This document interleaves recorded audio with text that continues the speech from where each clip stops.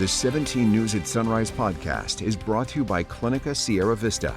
Welcome back to the 17 News at Sunrise podcast, where we share your news on your schedule. Working in the spirit of the Golden Empire, this is 17 News at Sunrise. Good morning here at 5 a.m. on a finally Friday. Thanks for waking up with us. I'm Maddie Jansen alongside Alex Fisher. The Sierra snowmelt continues to melt. And while Kern County officials prepare for potentially damaging floods, there is at least one positive.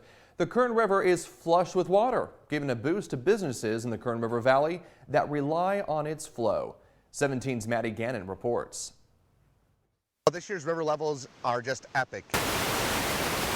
I haven't seen the water levels as high. Very few people have. After years of shortened seasons, winter storms and melting snow has the Kern River roaring, throwing local rafting businesses a much-needed lifeline. That's going to be a really long rafting season, especially compared to the last 3 years where we had COVID, drought, and then drought again. Kern River Outfitters owner Matt Volpert and Whitewater Voyages owner Chris Brown say reservations for this season are already shooting up. People are calling from all over the world. They know what's going on.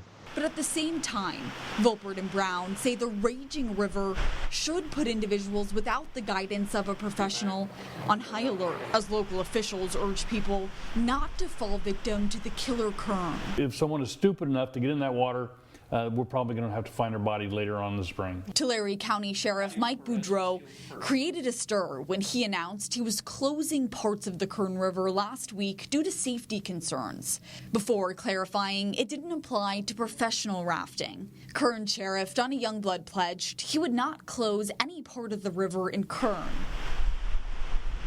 Their lake is finally done, so all of this water we can now capture, and that'll hold us over for another 3 years in case we do fall back into a drought. So the future is looking very bright here on the Kern. Maddie Gannon, 17 News. Your time now is 5:04. A man's been arrested for a deadly shooting that happened in Glennville more than 15 years ago. Back in 2007, deputies found a man's body on a dirt road.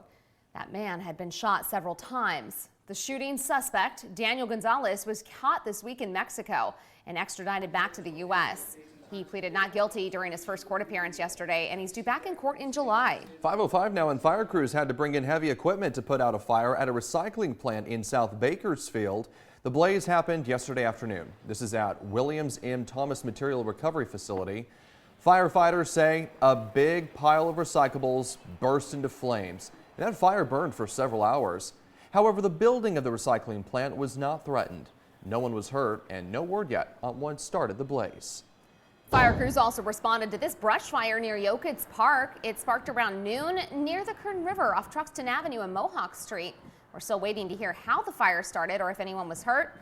We'll let you know as soon as we learn more. You can find the details at kget.com. Making headlines around the nation this morning. Meeting postponed. Today's anticipated meeting among the top 4 congressional leaders, including President Biden and House Speaker and Bakersfield Congressman Kevin McCarthy, has been rescheduled.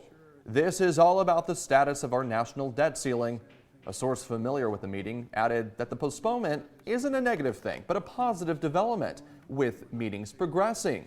The postponement comes as the debt ceiling deadline of June 1st continues to inch closer.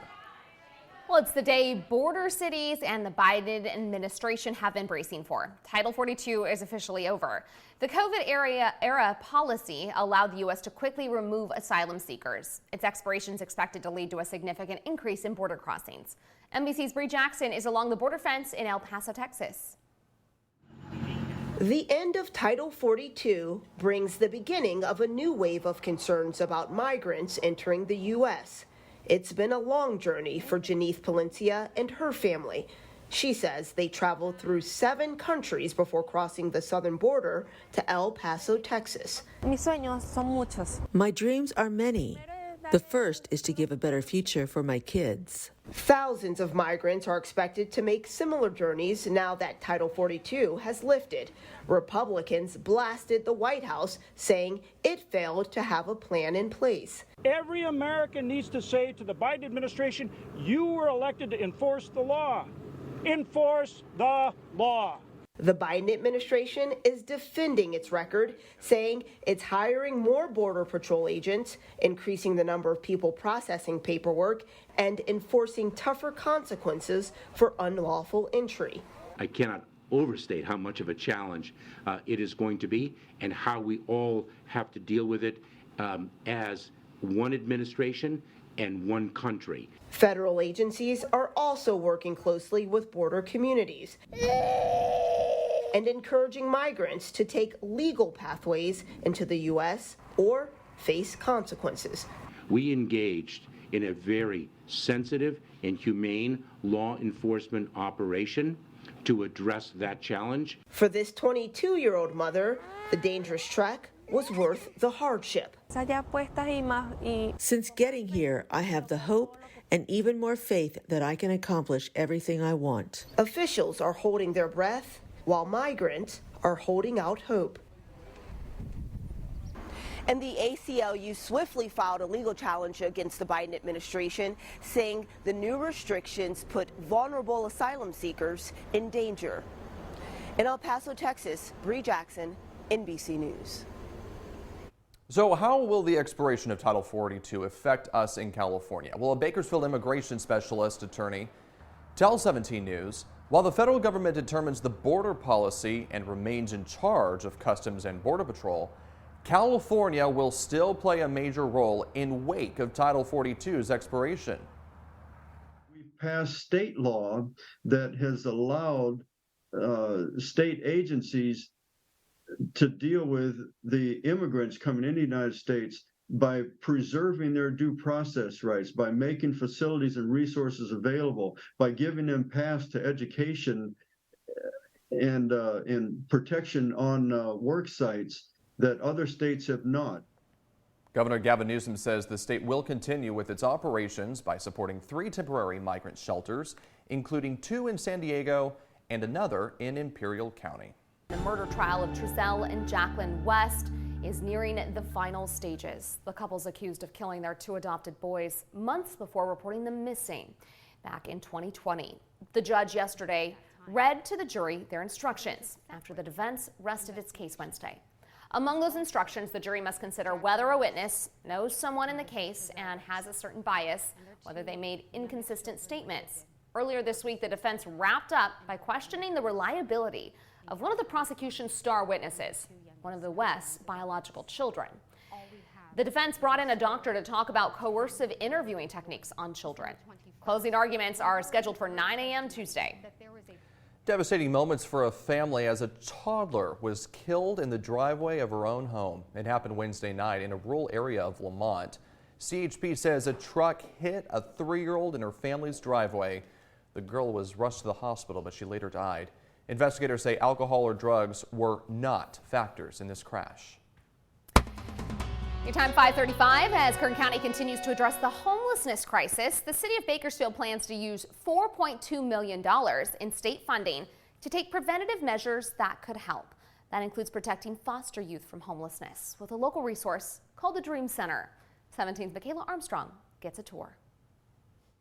42 to 45 youth per day enter the Dream Center and receive services that impact their lives and lead many off the streets. The Dream Center serves as a one-stop shop of resources for current and former foster youth that Mayor Karen Go says are entering homelessness at an alarming rate. 50% of the adult homeless population has spent time in foster care.